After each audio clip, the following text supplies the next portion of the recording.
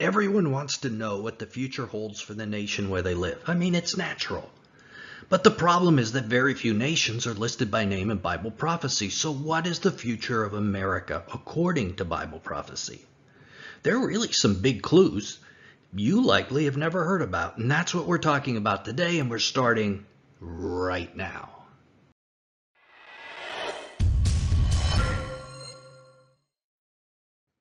Bible prophecy lists very few nations directly. For instance, where's Australia in Bible prophecy?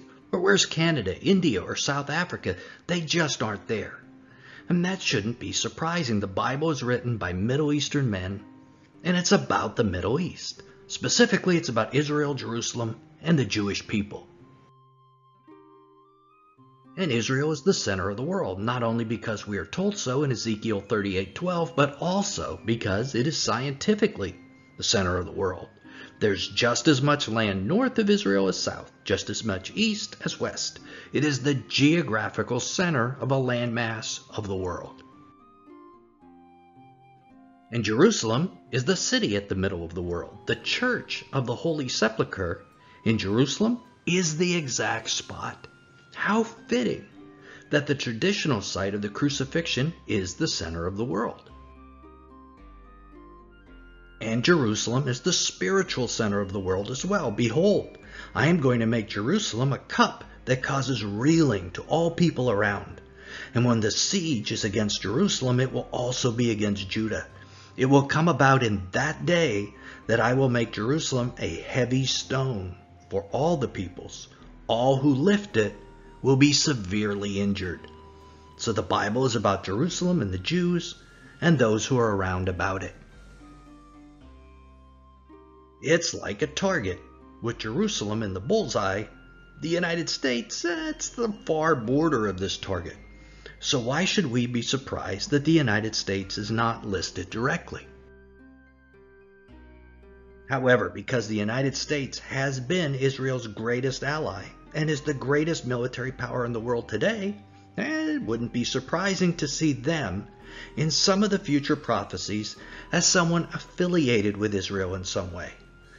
That is a way that we will approach this video. And because God says you are either for me or against me, if we don't see America affiliated with Israel, then we can assume they end up on the wrong side of the eternal struggle. Now, Scripture interprets Scripture, and this channel's purpose is to help you find and interpret the Scriptures that help us understand coming world events. If that's important to you, consider joining us by subscribing. Now, before we begin to look at what side the USA ends up on, let's discuss some commonly discussed places where people think the USA is found, but that are actually just cases of mistaken identity. The first mistaken identity is anywhere we see an eagle listed in Scripture. For instance, in Revelation 12, the woman, who is Zion, or the New Jerusalem, is carried by eagle's wings into the wilderness. Many think this is some kind of USA airlift. However, Scripture interprets Scripture. Let's see how that works. And Scripture describes what the two wings of an eagle are.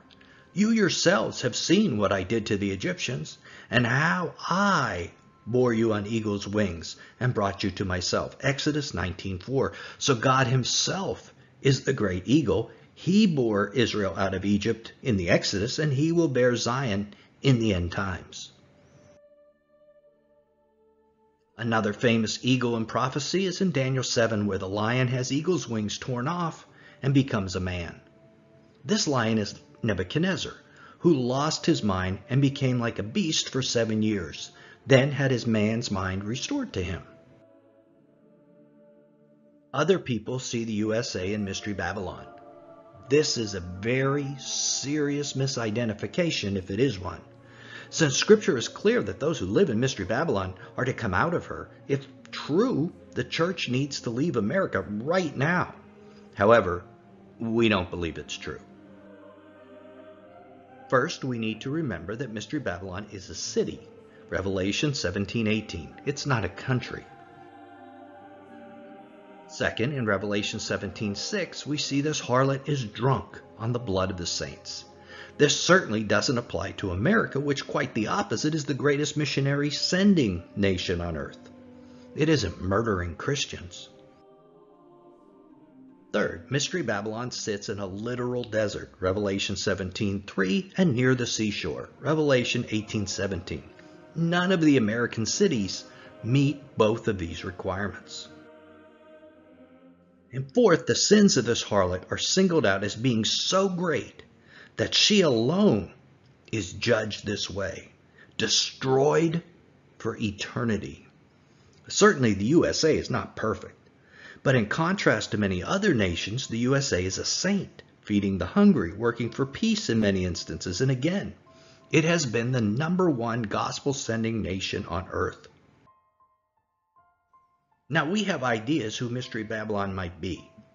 We have left a link to this other video about Mystery Babylon down in the description. If you want to watch it after this video is done, see our thoughts on it, use that link.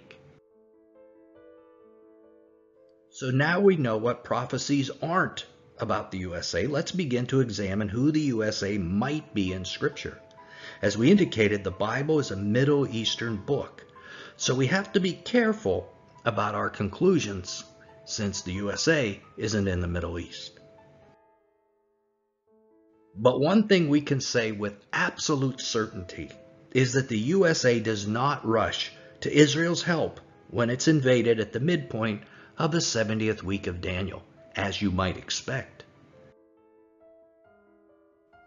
But when you see Jerusalem surrounded by armies, then recognize her desolation is near.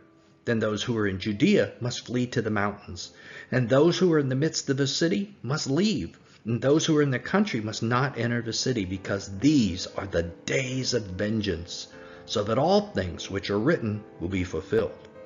Luke 21:20-22. Nowhere in Scripture does anyone come to Israel's aid during its most difficult times, when it is invaded and occupied by the beast. This means that by the midpoint of 70th week of Daniel, the USA either no longer wishes to support Israel, perhaps because of politics, or it no longer is capable of supporting Israel. Either is conceivable, and we're going to discuss both possibilities just a bit later in this video. That was a reference by the way of omission. Something where we expected to see the USA, but didn't. But let's look at other references that are more active that actually might show the USA. We'll start with one prior to the midpoint and the invasion of Israel. One where we see an action that might be undertaken by the USA. In Daniel 8 is an account that has implications in the past with Alexander the Great in Persia, but also in the future. This earlier video helps explain why it actually is a dual fulfillment prophecy. Again, link in the description. In Daniel 8, we read about the vision of the ram and goat. In the future fulfillment, the ram is Persia or Iran, and the goat is Yavon or Western Turkey. A male goat was coming from the west over the surface of the whole earth without touching the ground, and the goat had a conspicuous horn between his eyes. He came up to the ram that had the two horns, which I had seen standing in front of the canal, and rushed at him in mighty wrath. I saw him come beside the ram, and he was enraged at him, and he struck the ram and shattered his two horns. And the ram had no strength to withstand him, so he hurled him to the ground and trampled on him. And there was none to rescue the ram from his power. The male goat magnified himself exceedingly, but as soon as he was mighty, the large horn was broken, and in its place there came up 4 conspicuous horns toward the 4 winds of heaven. In this prophecy, it appears that a goat kingdom based in Western Turkey or Yavon attacks Iran. We are also told this kingdom is ruled by its first king. Now, Turkey has had many rulers since the Ottoman Empire, so this must be a new kingdom, probably a revived Ottoman Caliphate. It defeats Iran and becomes, as the Bible calls it, exceedingly great. We then see that its leader, or first king, the prominent horn, is broken off, likely killed, and the caliphate is broken up into 4 subunits. How does this happen? They're certainly not going to do it willingly. Rather, almost assuredly, it is done to them, probably by the world superpowers at that time who are worried about the caliphate being too strong. And those superpowers might include the USA. Certainly if it was soon, it would include the USA. So in the near future, a caliphate might arise in the northern Middle East, and after defeating Iran, it will be broken up into 4 new nations, and the USA might be involved. Let's continue to examine the book of Daniel and see another reference that seems to occur a little bit later, right before the midpoint. You'll find this one very interesting. At the appointed time, he will return and come into the south. But this last time, it will not turn out the way it did before, for ships of Kittim will come against him. Therefore, he will be disheartened and will return and become enraged at the Holy Covenant and take action. So he will come back and show regard for those who forsake the Holy Covenant. Forces from him will arise, desecrate the sanctuary fortress, and do away with the regular sacrifice. And they will set up the abomination of desolation. In this passage, we see the Antichrist trying to invade the south, possibly Egypt. But he is met by ships of Kittim that dishearten him, and it stops his invasion. These ships must come from a very powerful group of nations. Who are these ships of Kittim? Well, Kittim was the son of Yavan in the book of Genesis, and his descendants settled in the islands of the Mediterranean west of Israel. So most think this represents the Western powers, maybe even the USA. And notice what happens. These ships come to the rescue of whatever southern country the Antichrist was invading and turn him away. In anger, he turns back toward the north and attacks Israel. And these ships of Kittim do nothing. Nothing to stop him.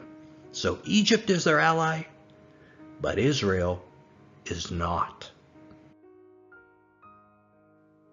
This is very, very sad because it leads directly to the abomination of desolation that is the main sign of the end times when the Antichrist sits in the holy place of God. The Great Tribulation begins right after this, as we are told by Jesus himself. And the ships of Kittim do nothing to stop it. Obviously, they could have because they stopped him from invading in the south, but they don't. This is very, very significant, a verse that is often overlooked. The Western powers could stop the Antichrist, but they don't.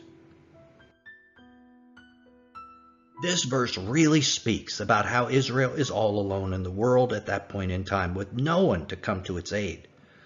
The Western powers help Egypt, but not Israel.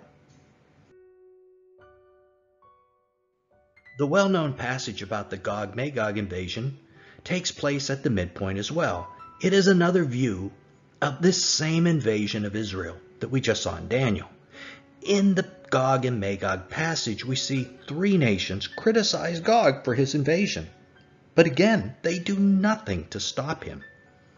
Sheba and Dedan and the merchants of Tarshish with all its villages will say to you, "Have you come to capture spoil? Have you assembled your company to seize plunder, to carry away silver and gold, to take away cattle and goods, to capture great spoil?" So these 3 countries seem more worried about the economic impact than the fact that Israel is being invaded. Dedan is known to be Saudi Arabia. It's a city in Saudi Arabia. Sheba is thought to be the UAE. And the merchants of Tarshish are thought to be Western countries, again, possibly, probably including the USA. This Gog-Magog passage is a second witness at the midpoint and a proof that other nations stand by and watch the Antichrist invade Israel and do nothing to stop him. And of course, this move is an error of enormous proportions.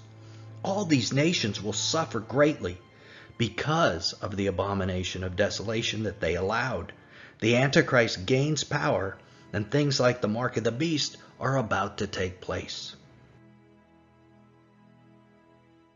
In the book of Daniel, we see one of these possible ramifications and a very likely reference to the USA again. He will take action against the strongest of fortresses with the help of a foreign god. He will give great honor to those who acknowledge him and will cause them to rule over the many and will parcel out land for a price. Currently, the USA could easily be considered among the strongest of fortresses, if not the strongest. So could this be a reference to the Antichrist attacking the USA? Well, maybe.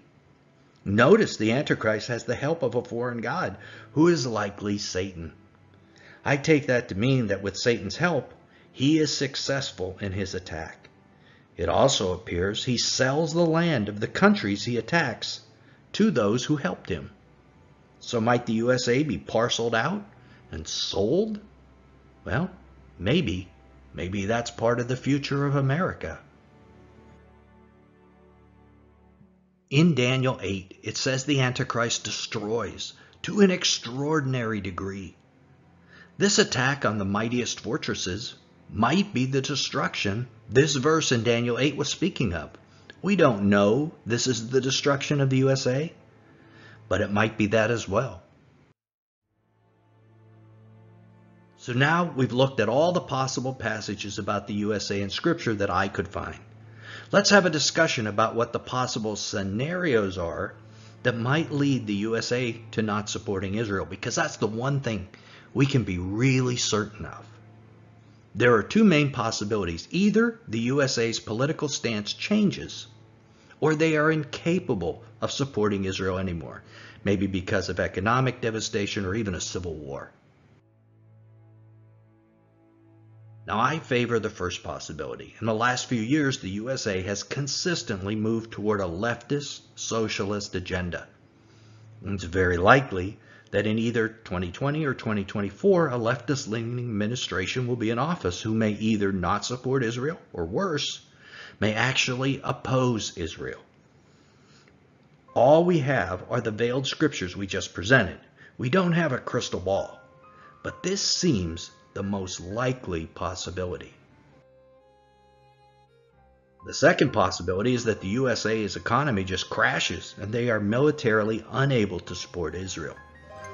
This is possible because of the enormous debt the USA has already taken on, especially given the COVID bailouts. A third possibility is the most frightening to me.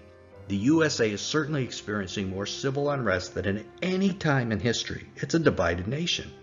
But what if an international event adds to this civil unrest? If a caliphate arises in the years prior to the Great Tribulation, a caliph would be the religious leader of Muslims worldwide.